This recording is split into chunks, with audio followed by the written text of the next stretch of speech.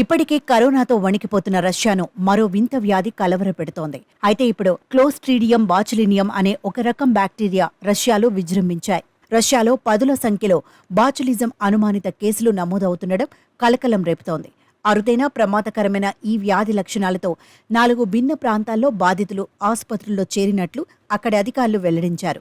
ఈ బ్యాక్టీరియా వ్యాప్తికి గల కారణాలను విశ్లేషిస్తున్నారు. ఉక్రెయిన్తో యుద్ధం, కరోనా కేసులు పెరుగుతుండడం ఇప్పటికే రష్యాను ఉక్కిరిబిక్కిరి చేస్తోంది.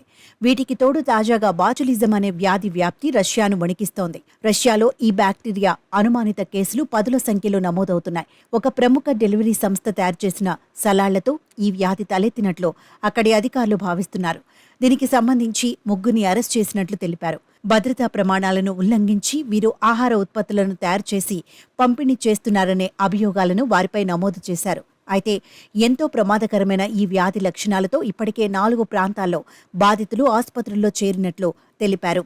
క్లోస్ట్రీడియం బాచులినియం అనే ఒక రకం బ్యాక్టీరియా వెలువరించే విష పదార్థమే ఆహారం ద్వారా వచ్చే ఈ బాచులిజం వ్యాధికి కారణమని భావిస్తున్నారు. ఈ పదార్థంతో కలుషితమైన ఆహారాన్ని తిన్నవారికి పక్షవాతం, శ్వాసలో ఇబ్బంది వంటివి ఇబ్బందులు తలెత్తవచ్చని తెలిపారు. పరిస్థితి విషమిస్తే మరణం కూడా సంభవించవచ్చని వెల్లడించారు. ఈ వ్యాధి బాధితుల్లో తీవ్ర కడుపు నొప్పి, వాంతులు, డయేరియా, చూపు మసకబారడం, నోరు పొడిబారడం, ఆహారాన్ని మింగడం, మాట్లాడటంలో ఇబ్బందులు వంటి లక్షణాలు కనిపిస్తాయని తెలిపారు.